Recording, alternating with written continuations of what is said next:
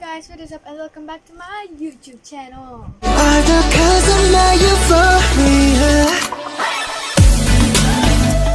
So today, welcome back sa another video. And kung nakikita niyo naman, gagawa tayo ng question Q&A, pero konti lang naman yung question and nasa halos para-para sa tao. Okay lang yan, di pa tayo famous, charot. Okay, so ayun, simulan na nga natin. Let's get started. Okay. So, unang tanong. Lalagay ko na dito. Unang tanong. Galing to sa group chat namin ng mga army. Okay. Unang tanong. Who is your bias po ba? Sa BTS yun, of course. My bias is si Jungkook.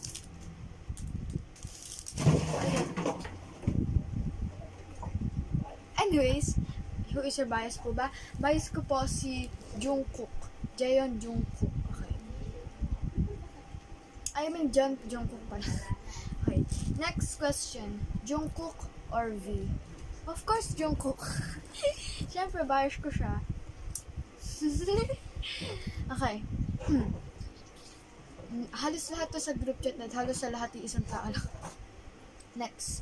Pinaka bias wrecker sa BTS din yan. Bias wrecker ko si Jimin kasi na-bias na din ako pero dumating si Jungkook sa buhay ko kaya naging bias ko na si Jungkook. So ayun, pinaka bias wrecker ko si Jimin. Next question. How many years ka ng army? Okay, I'm an army for 5 years. Since I'm grade 1 kasi yung pinsan ko may siya sa BTS. Then, nakita ko yung post yung BTS. Tapos, nakakita ko. Tapos, sinerge ko sa Google. Tapos, ayun, naging fan na ako. Diba? Okay. Next question. Galing din ta kay Chim Chim. Milk tea or frap? Milk tea. No offense sa mga taong gusto frap or milk tea. Pero para sa akin, in my opinion, milk tea ako. Hindi ko naman sinasabing hate ko yung frap. Mas more onto milk tea lang ako. Okay. Okay. Next question. If you have to choose other boy groups except BTS, so pinapapili niya ako, TXT.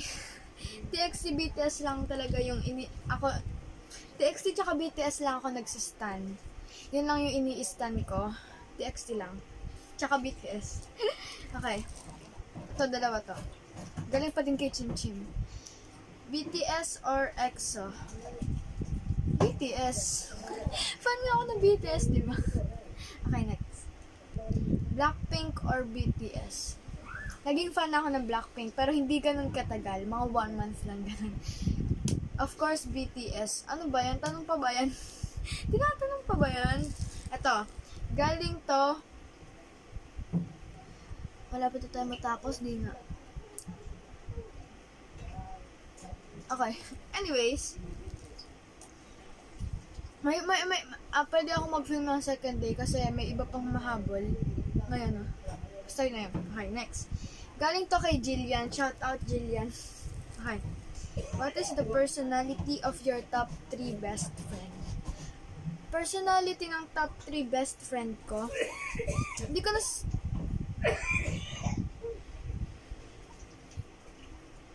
Hindi ko na sasabihin ko sino yung tatlong best friend ko na yon. Parang personality ng una kong best friend. Sobrang bait niya. Oh my gosh! Okay. Sobrang bait niya. Lovable. Maalalahanin, gano'n. Lahat sila pare-parehas lang halos. Yun. Pa ba maidadagdag ko? Ay, maalalahanin, mahaba pasensya. Kasi ako, initin ulo ko. Oo. Next from Alexa. Shout out to you, Ate Alexa Sabihan. Noise. Kailan birthday mo? Kailan birthday ko? Birthday ko is... Kailan ba birthday ko? April 11, 2008. Yun. Wait lang, may dadagdag ba ako? Meron pa nagtatanong. So, ayun, I'm back. Okay, so, yan. Madami din nagtanong sa akin and sumakit yung ulo ko. Dahil dun, short. Okay, so, ayun. Madami-dami din namang nag-ask. Okay. So, ito. Unang tanong ulit. May nagpapa-shoutout din, pero mamaya nakapag-question. Okay. So, shoutout kay Irish Lee. Ang hirap mong pakisamahan sa question, di ba? Okay. So, ang tanong ni Irish Lee, sino BFF mo? Okay. Ang BFF ko, Hi. hi. Nag-shit ka pala? Sheep. Hi naman kayo. Hi naman. Hi. Okay. So, ayan, pinsan ko. Nakita niyo naman siya sa isang video, di ba? Okay, next. Uy,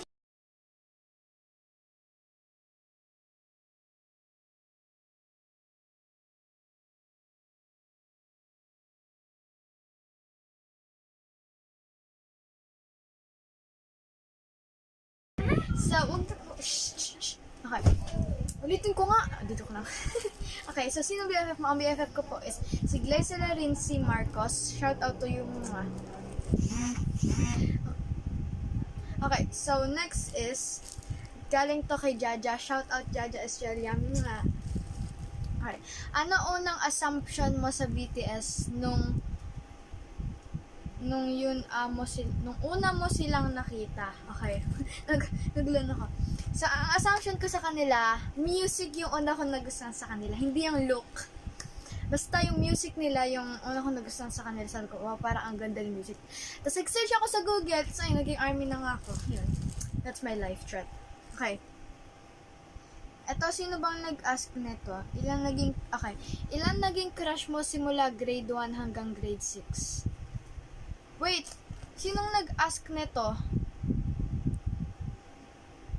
Okay, basta, dito ko na lang ilalagay. So, ayan, eto, nagpapa-shoutout pala siya. And shoutout kay Gracie May basta Gracie May, hi, sorry, hindi ko napansin. Basta, ito na. Hi, love you, thank you sa pag-support sa lahat. Hindi ko alam kasi nakakat. Okay. Ilan naging crush mo simula grade 1 hanggang grade 6? Hindi ko mabibilang, pero 5 plus siya. 5 plus siya na lalaki. Hindi ko mabibilang kung ilan talaga na mismong directly doon. Basta 5 plus siya, 'di ba? Galing ko, no? Okay. Next is shout out kay Glyza, I love you. Nagpapa-shoutout din siya. Okay.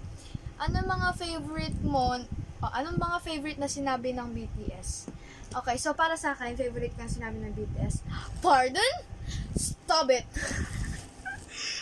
ang awkward. Ano pa ba? Jimin, you nice. Keep going.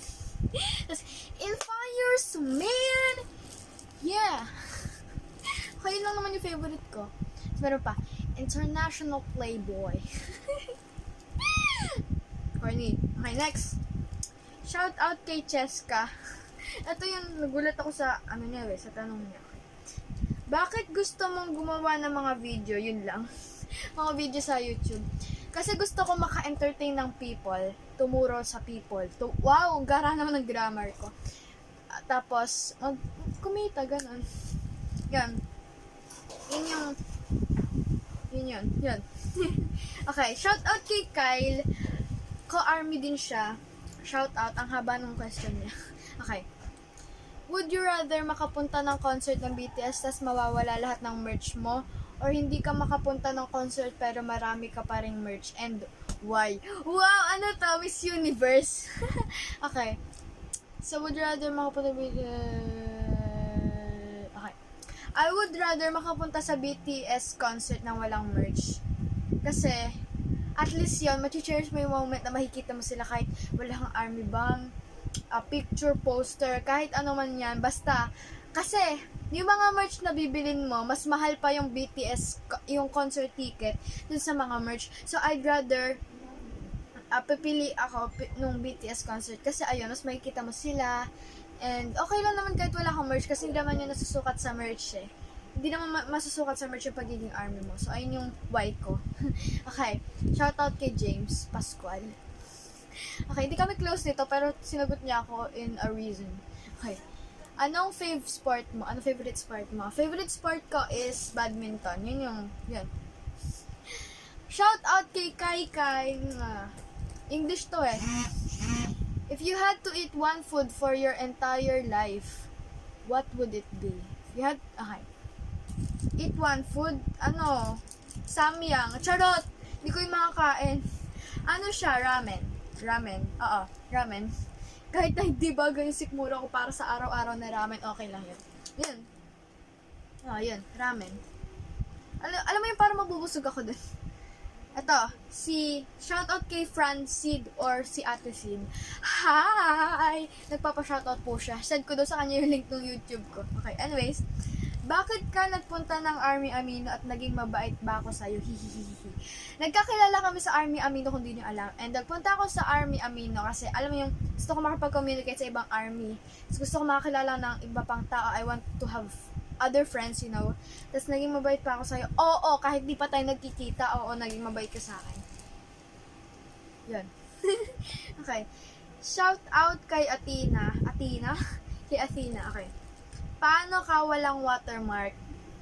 Ito mahirap sagutin kasi secret ko to. Okay.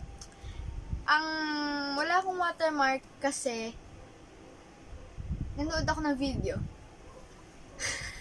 Nanood ako ng video. Hindi na naman tinanong ko anong pang-edit ko, di ba? Kaya hindi ko sasabihin. So, nanood ako ng video. Okay. Next is, yun lang pala. Yun lang pala. Yun lang. Thank you guys so much for watching. If you enjoyed this video, please give a big ol' like, subscribe to my channel, turn on the post notification bell para update ka sa lahat ng video yung i-upload ko. See you guys next time. Bye!